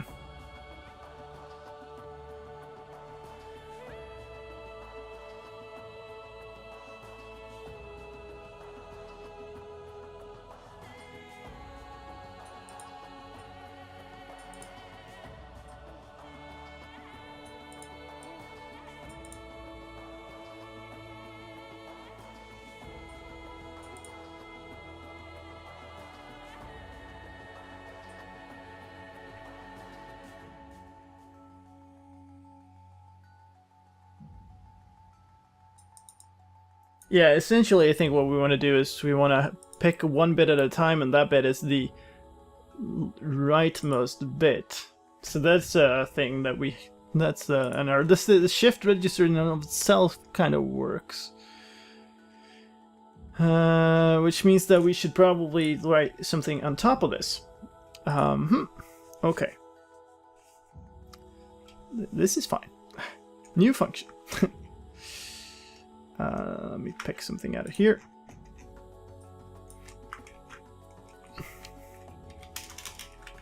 Let's do this. Get a random number from FSR in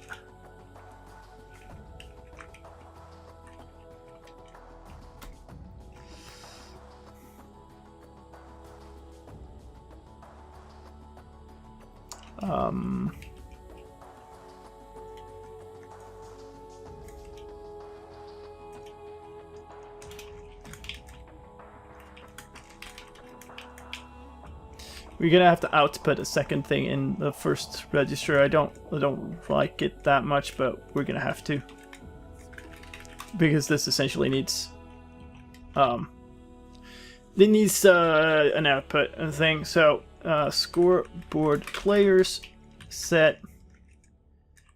We're gonna set the to 0, and then we're gonna do players set $2 registry 2. We want 16 bits of this thing, I guess. Like, it doesn't really matter. I guess we could do 31 bits. Function bitmath colon detail slash RNG.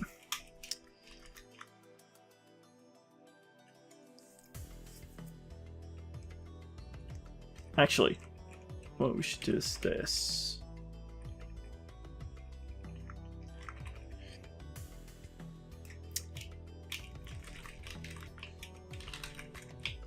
Operation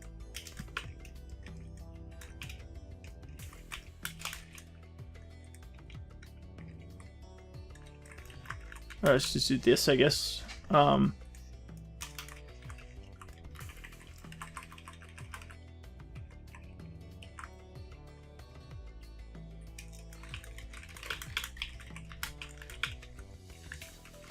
So basically what we're saying is we want the seed to be in RNG, and the seed is then going to become the state of the LFSR. So we're going to copy that value into $1.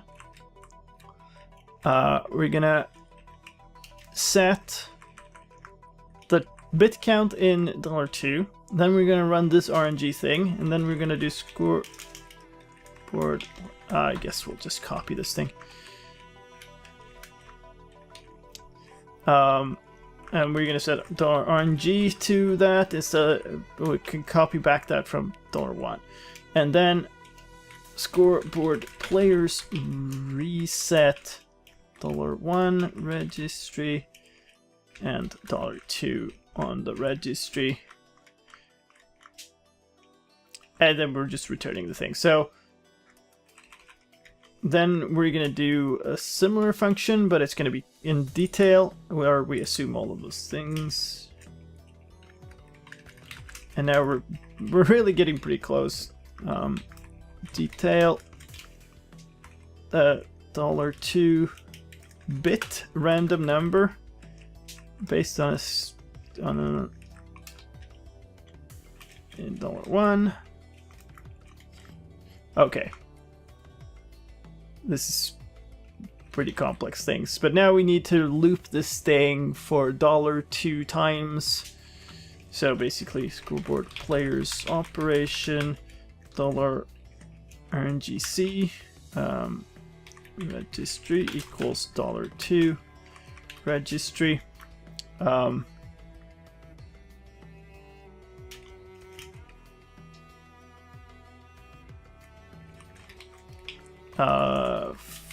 The thing is in $1 already, so that's fine. So we're going to run a function bit math colon LFSR, and then we're going to do scoreboard players operation .rng bit registry equals the return of that, and then set $2 to be 2, and then we're just going to pick one bit of this thing, which is modulo by 2. So now we have one bit. We're going to do scoreboard players operation. Dang. I need to copy the result of this thing around. The result equals that.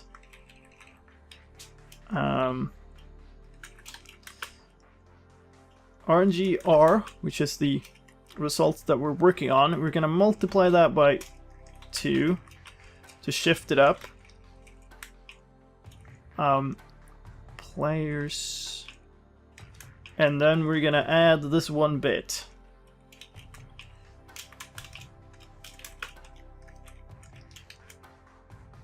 Bit registry. Scoreboard players remove $RNGC 1.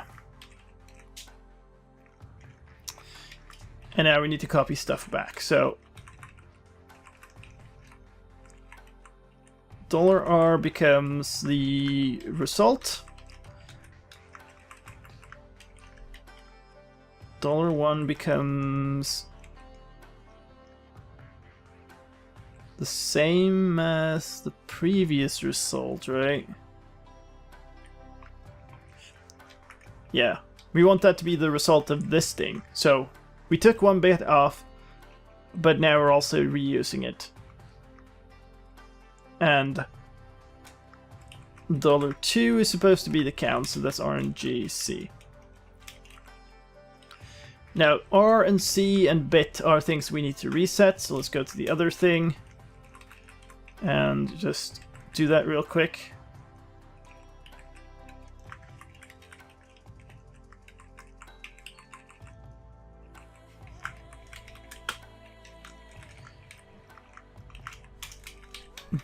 And then this thing also needs to loop.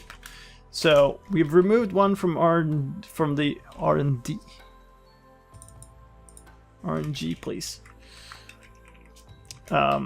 Execute if score registry matches.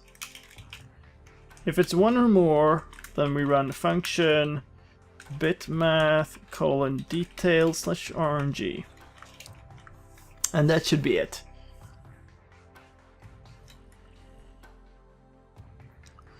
And if all of this is right, we should go into the... where is it? Jesus, so many functions. LSFR thing and just remove all the debug things. Copies of debug. And we have one more. This thing. Okay. So now if that works, then we'll get a random number and the recipe. Reload, please. And then scoreboard players reset everything in the registry. I'm going to switch you in here so you see. Scoreboard players set. Stop pushing me around, burning zombie. $1. Actually, I don't need to do. Well, I do. I need to set $RNG to my seed, which we said was 3 before. So the RNG is 3. Now, scoreboard. No, actually, just function.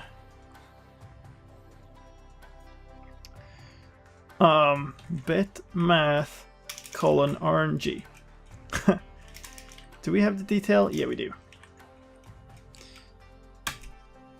Holy smokes, that left a whole bunch of junk in there.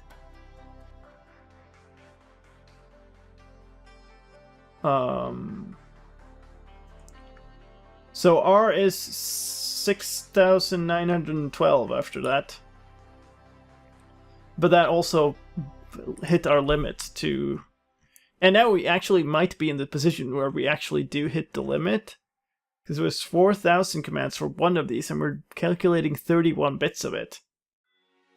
So yeah, we're actually hitting the limit now. So we need game roll.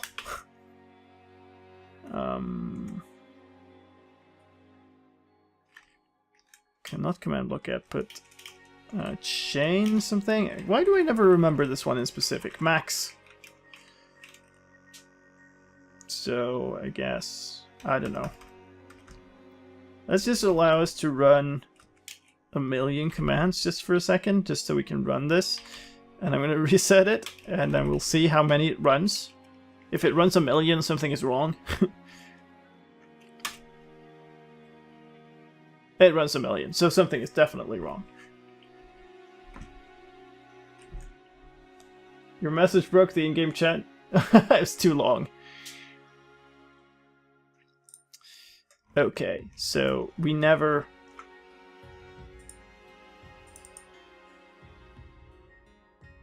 Well, we just removed that. That's... This looks incredibly weird.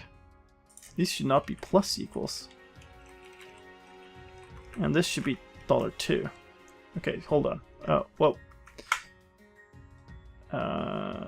This is what it...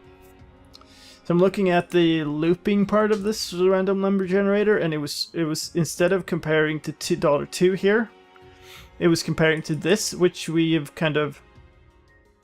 Yeah. But that doesn't matter, but these were plus equals. There's a point to it, Cellular. It's, you can't seed those. And I want it to be able to be run... I want to be able to run it at a seed so that you can compete, essentially. This is a nice request somebody had before. But yeah, it's... it's a little more difficult then. So we ran 124,000 commands to get a random number, which is now a really random number. So we got a well, very, very random number. And if we run it again, we'll get another very random number, I hope. 16 million something something. It's a little hard to tell if these are... how random these are, but they seem pretty random, I think. We also probably do not need 31 bits of this thing. So... let's actually not do 31 bits. Which we can control easily now by just switching this number. So let's do a 16-bit number, which should half the number of commands. So we're gonna reset the number to 3 again and try again. So that runs 64,000 commands, which is a lot better. So we got random numbers was 47,000, 32,000, 48,000, 47,000, 39,000, 25. Yeah. And actually for the actual needs of this, we probably need like, I don't know, 8 bits is probably more than fine. I don't know. Actually, we could probably, so we're gonna get rid of a whole bunch of these bits anyway. We could probably do a very small one. I guess probably enough with like 4 bits or something. Alright, well that's pretty cool. So we can probably use that random number generator to make a seeded run of sacrifice. And as long as we keep the same shift register and use it in a consistent manner, we will get the same results. So actually, let's check that. So we run it on 3. The first number we get is 47,107. The second one is 32,827. So if we do that again, 47,107. 32,827. So you get the same thing every time, which means that we can seed this, and if we seed it, we get the same sequence of numbers. Wow. Never would have thought that it would be my moderators who would do the spamming. Would not having the full 32 bits not be possible? Well, so the 32 bits is not possible because 1 bit is the signed bit, because these are signed integers. So you'd get like a possibly negative number, which is a lot more annoying to deal with. I could do 31, I could do 32 bits too, but then you'd have to separately randomize one and then like negativize, negate the number. It's not worth it. It's not worth the whole thing.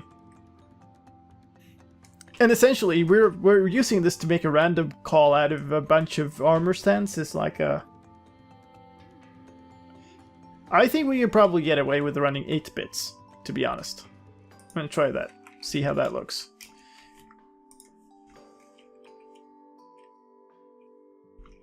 Okay, I mean, it's also kind of nice to not totally, like, slow down whenever you do a random. It's not going to be many random numbers, but it's...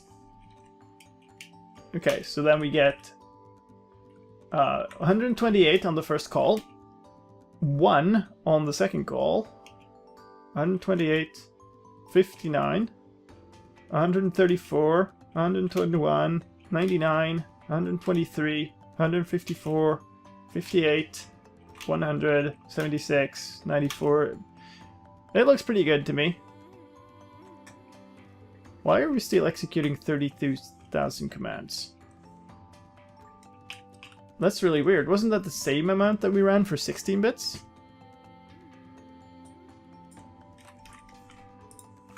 Can't be. No, it was double. That makes sense. Okay, well that's pretty cool. You should make a tutorial for this as part of my advanced series. I don't think it makes sense. I could make tutorials for like the individual concepts, I guess. But a lot of this is like way too advanced to run as a tutorial. It's very specific. So yeah. But that was pretty cool. I don't think I want to continue on to actually do like the full thing with like implementing it into Sacrifice today, because it's getting a bit late, and well, it's a normal working day, so I kind of have to go to work tomorrow and everything. So, but I'm glad we got some kind of map making done, and this was a pretty fun break from just upgrading things, I think. So we'll leave it at that, actually. then make a more advanced series. We'll figure it out. Maybe I'll do something. I have been thinking about like doing a math series for command thing. That might be a thing. But yeah, I have this thing is all gonna go up on GitHub. So if you want the bit math functions, go ahead and grab them. If you think you have improvements, go ahead and like submit them, I guess. And we can expand on that. I kind of wanted to start out with this. But thank you very much for joining in. I'm going to check actually if... wow, that's a bit spammy. I'm going to check if who's online, see if there's some cool channel to raid. That's always funny. Let us see who's on. Oh, there's like nobody I recognize. You have a favorite. Who's your favorite is on?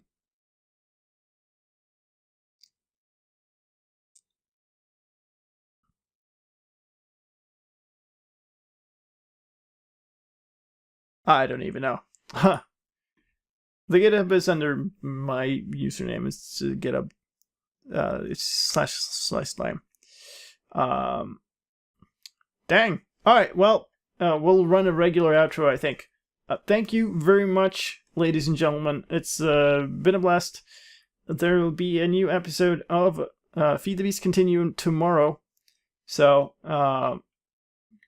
look forward to that. And then probably Snapshot, I guess. So, we'll see. But thank you for joining. This was awesome. And I will see you again later.